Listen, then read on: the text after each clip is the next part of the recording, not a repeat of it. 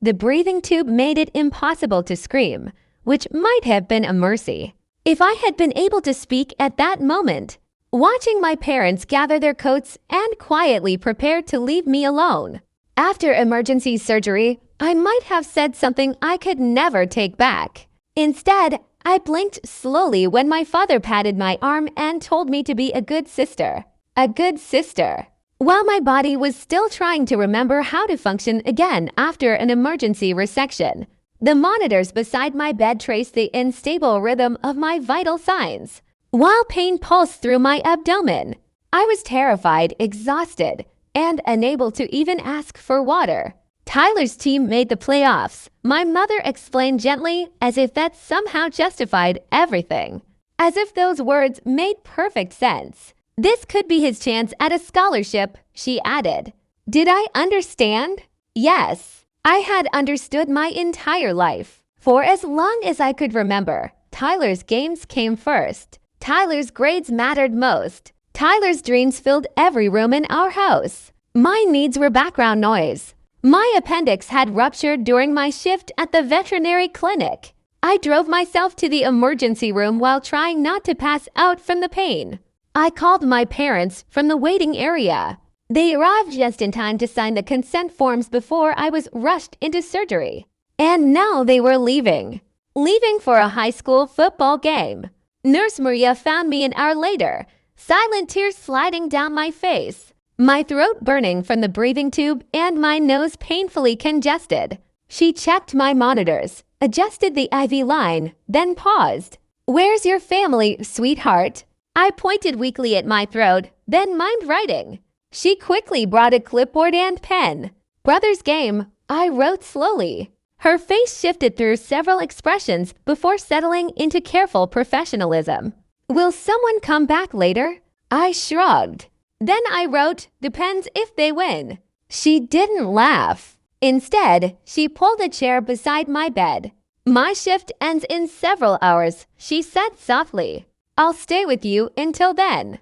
That small act of kindness broke something inside me. I wrote quickly, almost defensively. "You don't have to. I'm used to this." Maria read the words, then looked at me with quiet sadness. "That," she said gently, "is exactly why I do." Over the next few days, I learned something difficult. Recovering from emergency surgery is brutal when you're alone. Other patients had family members rotating through the room, bringing blankets, flowers, whispered encouragement. I had Maria whenever she could spare a moment between patients. My parents sent occasional messages updating me on Tyler's team. They were advancing. They were celebrating. Not once did they ask how I was feeling. By the second day, the breathing tube was finally removed. My first words were directed at Maria.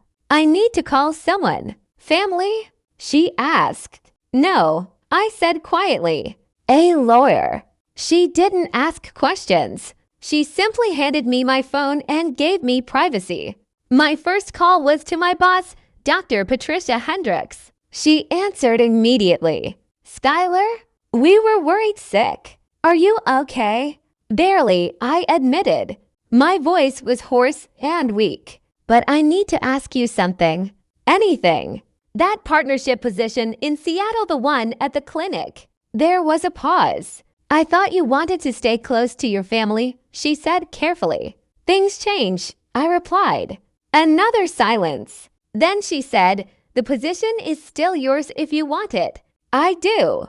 "But Skylar, you just had surgery." "That's exactly why I need somewhere else to recover." After a moment, she said firmly, "I'll make the calls." "When could you travel?" "In a couple of weeks," I said. "You'll have housing and a reduced schedule waiting." My second call was to my landlord. My third call was to a moving company. My fourth call was to my bank to open accounts my parents knew nothing about. Truthfully, I had been handling my own life since I was a teenager. The day they forgot to pick me up after my wisdom teeth surgery because Tyler had football practice. This was simply making it official. My parents finally appeared again several days later. They carried flowers from the hospital gift shop. Tyler wasn't with them. "How are you feeling?" my mother asked cautiously. like someone who had emergency surgery alone. I answered. My father frowned. We weren't gone that long. And Tyler's team won, he added proudly. They're heading to the state championship. Congratulations, I said flatly. I raised my hospital bed so I could look directly at them. I've been here for days. Well, my mother said awkwardly we had to celebrate with the team. You know how important this is for Tyler's future. Right, I replied quietly. His future. I met their eyes. What about mine? They exchanged a familiar glance. The one that meant I was being difficult, selfish, not understanding the bigger picture. The bigger picture always placed Tyler at the center. I existed somewhere along the edges. I'm moving to Seattle, I said. Silence filled the room. You can't just move, my mother said, her voice rising. What about family dinners? What about supporting your brother? What about them? I asked calmly. I haven't been to Sunday dinner in months. You didn't notice. And Tyler doesn't need my support. He already has yours. My father crossed his arms. That's not fair. We love both our children equally. Really? I picked up my phone and opened my messages. Mom, how many texts have you sent me this week? She shifted uncomfortably.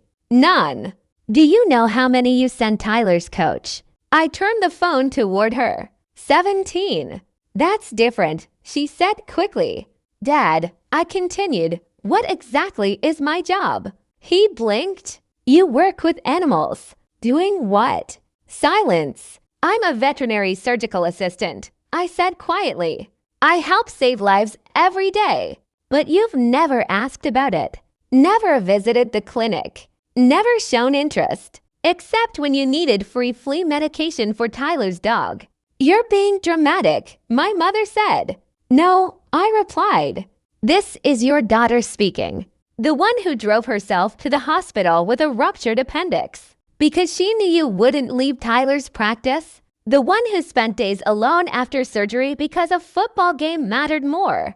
It was the playoffs, my father said defensively. I could have died, I said softly. My appendix ruptured. Do you understand that? I could have died alone in this hospital while you were cheering in the stands. My mother flushed with irritation. You're fine now. Because of surgeons, I said. Not because of family. My father gestured around the room. But we're here now. For how long? Right on cue, my mother's phone buzzed. She glanced down automatically. Oh, Tyler needs. She stopped herself too late. I laughed. It hurt my stitches, but I couldn't stop. Go, I told them. Whatever he needs. We're not leaving, my father insisted. We're going to work through this tantrum. Tantrum. I stared at him.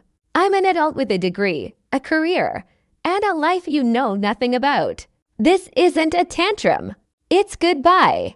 My mother slowly stood, already drifting toward the door. Tyler's message had gravity. It always did. I'm leaving in 2 weeks, I said. And I won't be sharing my address. But what about holidays? She asked weakly. I shook my head. You spent Christmas at Tyler's Bull game. Thanksgiving was with his girlfriend. Easter was another tournament. When exactly would you notice I was gone? They left soon after. My mother crying about my cruelty. My father muttering about ungrateful children. Tyler's message, I later learned, had been about needing protein powder. They stopped at the supplement store on the way home. I know because my mother accidentally sent me the receipt photo. Maria helped coordinate my discharge. My coworkers packed my apartment. Dr. Hendricks personally drove me to Seattle. As we pulled away from the hospital, she asked gently, Your parents? At Tyler's game, I replied. He made state. She nodded. In Seattle, I recovered in a small apartment near the clinic. My new coworkers didn't know about my brother. They didn't know about years of being forgotten. They simply knew me as Skylar, the surgical assistant who fought fiercely for every animal on the table. The phone calls from my family began later. My mother crying. My father lecturing. Tyler confused about why I blocked him. I didn't answer. Instead, I built a life where I mattered, where people showed up when I needed them. A year later, my coworkers threw me a celebration at the clinic. Dozens of people came. We laughed, shared cake, and nobody left early for someone else's game. When I thanked them for coming, my colleague Jana hugged me. Where else would we be? She asked warmly, "You matter to us." For the first time in my life, I believed it. My appendix nearly killed me, but in a strange way, it saved me. Because lying in that hospital bed, watching my parents choose a football game over their daughter's emergency surgery, I finally understood something painful and freeing. I wasn't abandoning my family. I was simply accepting the truth. They had abandoned me a long time ago. I was just the first one brave enough to admit it.